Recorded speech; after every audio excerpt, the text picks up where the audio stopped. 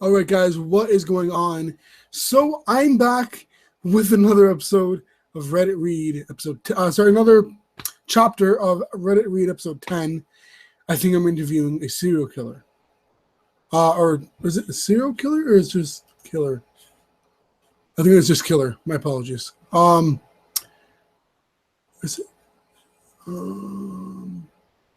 Yeah, it's a killer. Just killer. Alrighty. Yes. So I'm here, and I apologize. It's been about a week, almost 6 days to be exact, or to be roughly, And I haven't posted, and I tried doing this video the other day, and it just, it just had to leave. Again, lately things have been coming up out of nowhere. Stuff had to happen. So my whole thing is, I wanted to do this video. So if you guys have any requests for stories you guys would like me to read, by all means, as long as they're on Reddit, I am perfectly fine with reading them. And again, you know what I mean? I won't, there's no guarantee I'll read every story, but for the most part, if I'm comfortable with reading it, I will read on YouTube. So let's get started. I set down the lid as quietly as I could, and I didn't flush just yet, listening to the sounds outside the bathroom. There was no audible movement, only sounds of something cooking in the kitchen, which I'd caught a glimpse of on my way to the bathroom. I looked back at what I was sure was blood on the floor. And what else could it have been? I leaned in to take a closer look, basically sticking my head between the toilet and the toilet paper roll on the wall, hoping Taylor didn't have cameras installed in the bathroom. I wouldn't put that past him at all. I'm not sure exactly what that means. There were several dark drops, but they weren't identical. And having seen Dexter, I could tell the difference. There were some small round ones, and near them was an almost invisible smudge, as if more droplets had been wiped. Closer to the wall, there was a tiny splatter, where it would have been hard to reach with a rag. It took me a moment to put the puzzle together, and when I did, I jumped back as if I'd been tasered, almost hitting my head on the sink. I would have hit the door with the back of my head too, but I had to keep quiet. Was Taylor outside, his ear to the door, listening for a gasp or another revealing sound? I was stuck in the middle of the bathroom, my ass on the cold tile floor, the bath along the wall to my left, the sink to my right, the toilet a few feet in front of me. Had Mary hit her head on it sometime earlier, sending blood flying? Had she been bleeding over it, painting the floor red? I was salivating again, swallowing the sour taste in my mouth. I knew I was going to be sick again. But looking at the toilet, all I could see was blood all over the place, like that scene from The Shining. Shining. I'm not sure if that's Shining or not. I thought that maybe I could just sit there quietly and nothing would change. The only winning move is not to play. But of course I couldn't sit there forever. If I waited any longer, Taylor would surely come a knocking. So I collected myself and got up, trying to take control of the situation again. The toilet paper roll was brand new. I wiped my face and then kneeled down again to get the blood. I don't know why I did that. If Taylor hadn't noticed it, I could have pretended that neither had I. If Taylor hadn't noticed it, I could have pretended that neither had I. But I made sure the floor was clean, then crumpled the paper and flushed it down the toilet, pulling on the chain. The pipes squealed as the water whooshed, and then there was a muffled banging as it refilled. I waited for the sounds to go away, not thinking much of it. and turned on the water to rinse my face. Looking in the mirror, I was pale and tired, more suited for a hospital bed than to be taking any kind of interviews. I replayed Taylor's story in my head, and I thought I knew where it was going. Again. He'd been talking in that tone of his, that tone of sadistic enjoyment of both the story and my reaction to it. I bet he'd had a blast watching me storm out of the dining room and lock up in the bathroom. There wasn't much to be said in my defense. I was scared shitless, scared of the creepy old man, of his stories, of all the implications those stories had had. People were dead. No, people had been killed. Had Taylor killed them? I was growing more and more conceived. He had. What? I was growing more and more conceived. He had. I'm not sure exactly what that meant. Which both scared me shitless, but also fueled my excitement. I had to get the upper hand. I turned off the water, listening as the pipes banged in the wall. I had a plan. There was indeed there was indeed something cooking in the kitchen, but the smell alone had made me feel sick again. So I wailed right by it and back to the table. Taylor was there, in the same position he'd been before. Perhaps I hadn't been gone for as long as I had seemed to. How are you feeling? He asked, appearing to be genuinely concerned. Only I saw right through it. Much better. Thanks. In turn, did my best to appear confident, but I did feel much better. My head suddenly clear, my mind focused. So where were we? I asked, sitting down and picking up my notebook. The Strawberry Warehouse, he replied. Of course. I got ready to write everything down and noticed Taylor was back in the storytelling mode, about to impress me with his tale. I was walking to the warehouse, you see, he started, and I could tell he had rehearsed everything beforehand. Every word was delivered as if taken from a script. It was a chilly morning, and I was only wearing a simple t-shirt, because we usually drove, and I was walking. And as I was walking, I heard, they were dead, weren't they? Jeffersons.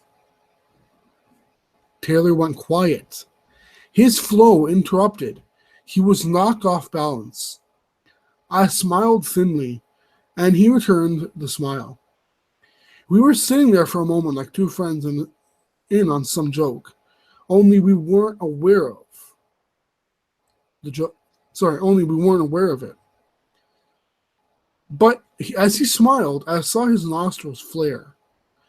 I did not like his vibe at all, but I kept smiling. Was this what he'd wanted from me all along? To play this game? Not to be a dumb about it. Not to call the cops on him. Not to play along? I didn't know at the time, but I can say for certain that I was getting into it. Finally, Taylor breathed out. As I was saying, on my way to the Strawberry Warehouse, I heard a phone ringing in the Jeffersons' house. I must say I was glad to be distracted from this walk. There was something there was something sinister inside that warehouse. Mr. Warner, but I turned away from it and circled back to the house. To the back door, which was always left unlocked. The phone was ringing on the kitchen counter, and as far as I heard, there were no other sounds inside the house. I called out, but nobody replied, so I stepped in. Everything seemed to be in order. The kitchen was a bit of a mess, but that was none of my business. I answered the phone. I wrote down every word. Who was it? Who was it? I asked casually, without raising my eyes. I was playing along. Mr. Wiggles, Taylor said. And there might have been a slight irritation in his voice. She expected to talk to Miss Jefferson. Of course, but I said that I hadn't met them just yet.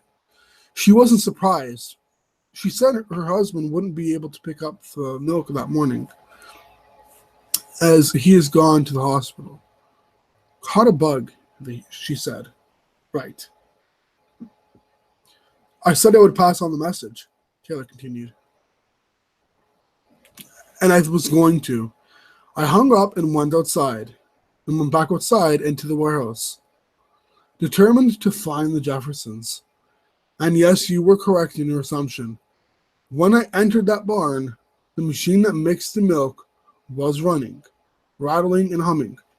But something wasn't right. The warehouse was empty of people, and there was no trace of Mr. Jefferson. I called out the way I had in the house, but there was no answer. I was sitting down, so I was writing down the story, getting ready for the reveal. I could read the pattern now. He had, set up the scene. And now it was time for the punchline. It was horrible, of course, to realize that these people had been real people. But I thought I could take whatever he had planned for me. Only I had not been ready. Not really. He continued the story. I inspected the machine, but found nothing suspicious. Not until I looked up. Taylor made a dramatic pause, and my heart rate did speed up. He said the machine was like a giant mixer, about 12 feet tall. There was milk in the main stainless steel tank above it. And above it was a platform which would add in the flavored powder. Only there was no powder being mixed in this time. And all I could see from the floor was Mr. Jefferson's head hanging over the tank. I frowned. The image was clear in my head, and it was making me sick again. I remember it well because I stood there paralyzed for several minutes, staring. He was on his back, arms along his body, and I remember his neck was chopped. The head hanging unnaturally attached only by some muscle and skin. There was dry blood enveloping his head. Like he was wearing one of those, how do you say this? Balaclavas. I'm not sure what that is. Are you feeling all right? He asked.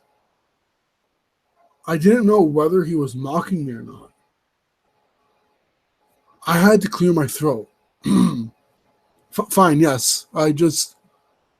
Rather gruesome, I know, but I've lived with it for almost 50 years now. Trust me, Mr. Warner, it gets easier. If I were more of a brave man, I had asked, what does? Instead, I said, what happened then? I didn't know what to do. Frankly, there was no mobile phones back then, and the phone inside the house seemed to be a mile away. I stared and stared at the dead body, and then I just ran away. Like hell you did, I thought in my head. I saw a young Johnny Taylor smiling, licking his lips. I ran out of the warehouse and ran towards the barn where the cows were kept. Can't see why. Maybe I thought I'd hide there, but as I neared it, I saw one of its massive doors slightly ajar. And then I saw Miss Jefferson on the ground in a pool of blood. At that point, I did run back inside the house and I called the police. I'm sure you can verify that at the Madison Public Library. It was a big deal. Big deal to the city or you? I didn't ask it. I said, I'll research it on the internet for sure. And then I made a note in my notebook. Right, of course, internet is a little easier after my time, he crackled. a nasty sound that still rings in my ears. I was ready to ask something else but those murderers, something I could later verify. But then I had a better idea. We had been following his scripts, and if anything, he'd be quick with something more bullshit about the Jeffersons. So I had to knock him off balance again. I said, "Why don't we discuss something more positive? What do you say?" Taylor narrowed his eyes slightly. I couldn't tell if he was suspicious or glad that I was on his game. "I say we could use some positivity right about now. What would you like to know?" I took a few breaths and continued to five and counted to 5, then said, "You told me the last time you were never married?" Bingo! Taylor's nostrils flared, and I saw his chest rise and fall, ready to burst. I could see his hands under the table, but they had to be clenched into fists, his white knuckles sharp and crooked. I felt like a gambler watching a ball jumping around on a spinning roulette wheel, waiting for it to land, hoping I'd get the lucky one. I did. There was a hint of a smile on his lips, which I couldn't interpret, but he said, "That's true, Mr. Warner." I made a show of leafing through my notebook, even though I remember the facts very well. I said, "There was an article I saw online." I paused to read. I paused to see his reaction, but he was ready for that. Perhaps the internet wasn't that long after his time. After all, I can't remember what the article was about. I lied. But I'm pretty sure it said you were a widower. He looked aside, putting on a mask of sorrow. He said, "Has a woman ever cheated on you, Mr. Warner?" Well, we'd been married for all of 2 months back in 1964. And all that time, my wife had been cheating on me every occasion she had. That wasn't marriage. I don't consider it to be one.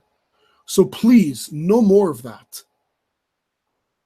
That sounded a bit more like a warning than a plea. As you wish. I scribbled down some more, stealing quick looks at Taylor. He was angry, but he wasn't angry at me. He was angry at himself. Angry that he lost control to me. But I had to stop myself from getting cocky about it. I was playing fire with fire. So I was playing with fire, and having Taylor be angry at me was very dangerous. Suddenly, I wanted to get out of there quick. I needed a break. If you're uncomfortable, Mr. Taylor, we can continue next time. He was sitting with his eyes closed, calming down. Perhaps even falling asleep already. Or faking it, more likely. Then he said, "It might be best. Without Maria around, I'll take some time to clean the kitchen. It'll take some time to clean the kitchen." Right then, okay, I'll be on my way. I packed my things and hurried to the hallway. Taylor must have sensed my nervous haste and got up quicker than he had before. The front door was unlocked, but just as I was about to swing it open, Taylor had pushed his hand on it, keeping it shut. I went cold, shocked by both his speed and his power. I could feel his hand pressing on the door, not letting me pull it. He was looking down. Then he said, "Mr. Warner, if you do find my wife, tell her Johnny said hello." He let go of the door, and I almost hit him with it. Looking behind on my way down the steps, the last thing I saw was a wide smile on his face. Fuck. Guys, that's it. That's it. So I don't even really know what's going to happen at this point. Oh my God, that. Oh, I can't take that. I can't. I really, I've been busy with work, and that's one of the reasons why I haven't read. Because I mentioned earlier that I tried this the other day, and I could have just easily did it when I got back or the next day. But I was like, you know what? Let me wait some days and see if possibly this person puts out chapter 6. Now, unfortunately, you know what I mean? I'm gonna click where it says click here to get a reminder. Um,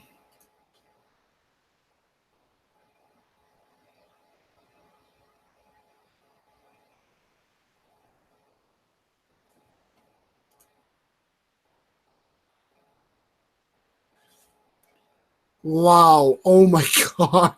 I'm sorry, guys. That story.